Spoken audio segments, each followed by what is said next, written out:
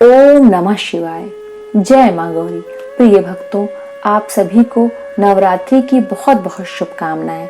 माता रानी की कृपा आप सभी पर सदैव बनी रहे। प्रिय भक्तों, श्री दुर्गा सप्तशती में कुल 13 अध्याय हैं। ये 13 अध्याय बहुत ही फलदायी हैं। प्रिय भक्तों, आज हम सभी इन अध्यायों में द्वादश अध्याय व त्रयोदश अध्याय का श्रवण करेंगे। द्वादश अध्याय में देवी चरित्रों के पाठ का महत्व तथा त्रयोदश अध्याय में सूरत और वैश्य को देवी का वरदान का वर्णन किया गया है। तो आइए सच्चे हृदय से श्री दुर्गा सप्तशती के द्वादश अध्याय व त्रयोदश अध्याय का श्रवण करते हैं। जय मां गौरी। द्वादश अध्याय देवी चरित्रों के पाठ का महात्म्य। मैं 3 नेत्रों वाली दुर्गा देवी का ध्यान करता हूँ। उनके श्रीअंगों की प्रभा बिजली के समान है। वे सिंह के कंधों पर बैठी हुई भयंकर प्रतीत होती हैं। हाथों में तलवार और ढाल लिए अनेक कन्याएं उनकी सेवा में खड़ी हैं। वे अपने हाथों में चक्र, गदा, तलवार, ढाल, बाण, धनुष, पाश और तर्जनी मुद्रा धारण किए हुए हैं। उनका स्वरूप अग्निमय है तथा वे माथे पर चंद्रमा का मुकुट धारण करती हैं। देवी बोली, देवताओं, जो एकाग्रचित होकर प्रतिदिन इन स्तुतियों से मेरा स्तवन करेगा, उसकी सारी बाधा मैं निश्चय ही दूर कर दूंगी। जो मधुकैटभ का नाश, महिषासुर का वध तथा शुंभ निशुंभ के संहार के प्रसंग का पाठ करेंगे तथा अष्टमी, चतुर्दशी और नवमी को भी जो एकाग्रचित हो भक्ति पूर्वक मेरे उत्तम महात्म्य का श्रवण करेंगे, उन्हें कोई पाप नहीं छू सकेगा। उन पर पाप जनित आपत्तियां भी नहीं आएंगी। उनके घर में कभी दरिद्रता नहीं होगी तथा उनको कभी प्रेमी जनों के बिछोह का कष्ट भी नहीं भोगना पड़ेगा।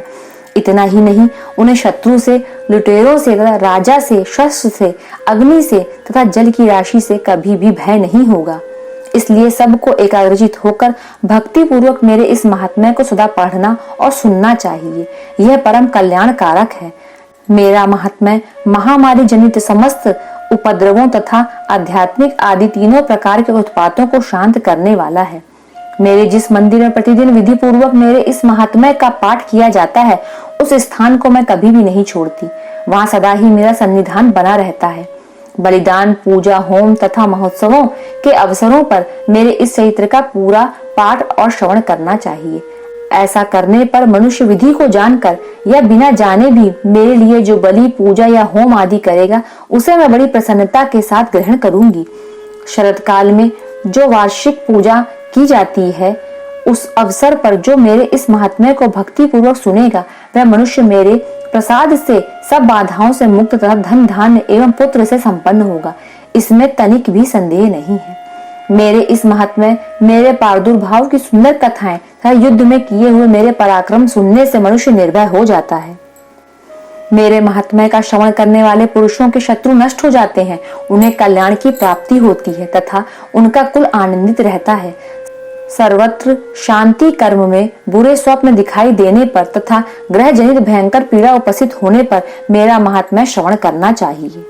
इससे सब विघ्न तथा भयंकर ग्रह पीड़ाएं शांत हो जाती हैं और मनुष्यों द्वारा देखा हुआ दुस्वप्न शुभ स्वप्न में परिवर्तित हो जाता है। बाल ग्रहों से आक्रांत हुए बालकों के लिए यह महात्म्य शांति कारक है तथा मनुष्यों के संगठन में फूट होने पर यह अच्छी प्रकार मित्रता कराने वाला होता है। यह महात्म्य समस्त दुराचारियों के बल का नाश कराने वाला है। इसके पाठ मात्र से राक्षसों, भूतों और पिशाचों का नाश हो जाता है। मेरा यह सब महात्म्य मेरे सामीप्य की प्राप्ति कराने वाला है।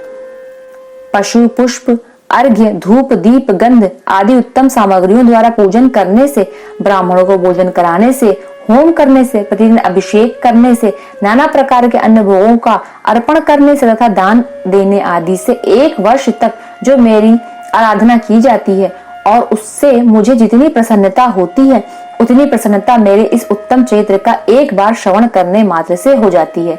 यह महात्म्य श्रवण करने पर पापों को हर लेता है और आरोग्य प्रदान करता है। मेरे प्रादुर्भाव का कीर्तन समस्त भूतों से रक्षा करता है तथा मेरा युद्ध विषयक चरित्र दुष्ट दैत्यों का संहार करने वाला है।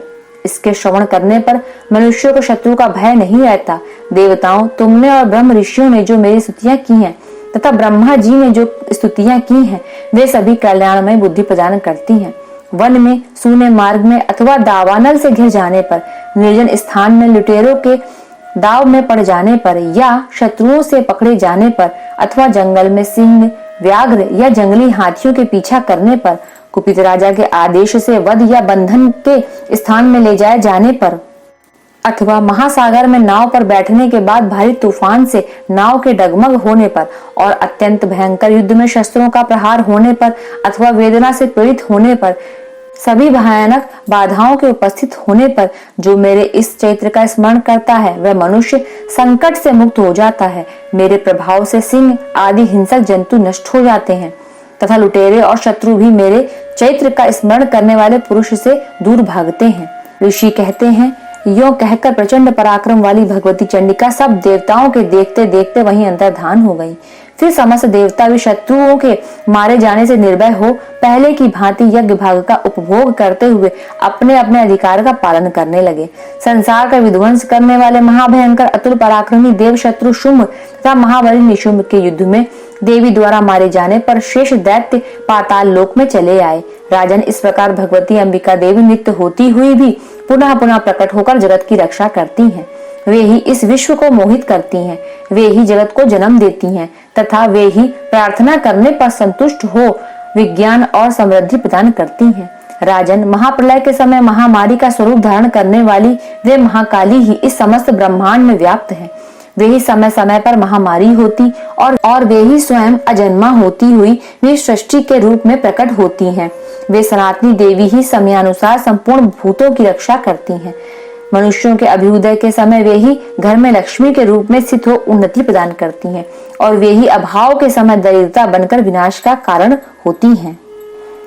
पुष्प, धूप और गंध आदि से पूजन करके उनकी स्तुति करने पर वे धन, पुत्र, धार्मिक बुद्धि तथा उत्तम गति प्रदान करती हैं। इस प्रकार श्री मार्कण्डेय पुराण में सावाणिक मनवंतर की कथा के अंतर्गत देवी महात्म्य में फल स्तुति नामक 12वां अध्याय पूरा हुआ। दुर्गा मैया की जय। 13 अध्याय सूरत और वैश्य को देवी का वरदान। जो उदय काल के सूर्य मंडल की सी कांति धारण करने वाली हैं, जिनके 4 भुजाएं और 3 नेत्र हैं तथा जो अपने हाथों में पाश, अंकुश, वर एवं अभय की मुद्रा धारण किए रहती हैं, उन शिवा देवी का मैं ध्यान करता हूँ। ऋषि कहते हैं, राजन, इस प्रकार मैंने तुमसे देवी के उत्तम महात्म्य का वर्णन किया। जो इस जगत को धारण करती हैं, उन देवी का ऐसा ही प्रभाव है। वे ही विद्या उत्पन्न करती हैं। भगवान विष्णु की माया स्वरूपा उन भगवती के द्वारा ही तुम ये वैश्य तथा अन्य विवेकी जन मोहित होते हैं, मोहित हुए हैं और आगे भी मोहित होंगे। महाराज, तुम उन्हीं परमेश्वरी की शरण में जाओ। आराधना करने पर वे ही मनुष्यों का भोग, स्वर्ग तथा मोक्ष प्रदान करती हैं।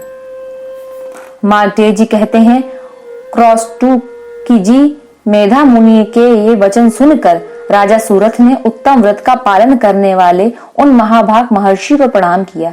वे अत्यंत ममता और राज्य अपहरण से बहुत खिन्न हो चुके थे। महामुनि इसलिए विरक्त होकर वे राजा तथा वैश्य तत्काल तपस्या को चले गए और वे जगदम्बा के दर्शन के लिए नदी के तट पर रहकर तपस्या करने लगे। वे वैश्य उत्तम देवी सूक्त का जप करते हुए तपस्या में प्रवृत्त हुए। वे दोनों नदी के तट पर देवी की मिट्टी की मूर्ति बनाकर पुष्प, धूप और हवन आदि के द्वारा उनकी आराधना करने लगे। उन्होंने पहले तो आहार को धीरे धीरे कम किया और फिर बिल्कुल निराहार रहकर देवी में ही मन लगाए एकाग्रता पूर्वक उनका चिंतन आरंभ किया। वे दोनों अपने शरीर के रक्त से प्रोक्षित बलि देते हुए लगातार 3 वर्ष तक संयम पूर्वक आराधना करते रहे। इस पर प्रसन्न होकर जगत को धारण करने वाली चंडिका देवी ने प्रत्यक्ष दर्शन देकर कहा। देवी बोली, राजन तथा अपने कुल को आनंदित करने वाले वैश्य, तुम लोग जिस वस्तु की अभिलाषा रखते हो वह मुझसे मांगो, मैं संतुष्ट हूँ, अतः तुम्हें वह सब कुछ दूंगी।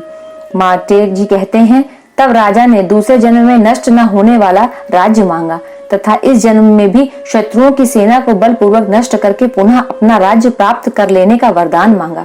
वैश्य का चित्त संसार की ओर से खिन्न और विरक्त हो चुका था और वे बड़े बुद्धिमान थे, अतः उस समय उन्होंने तो ममता और अहंता रूप आसक्ति का नाश करने वाला ज्ञान मांगा।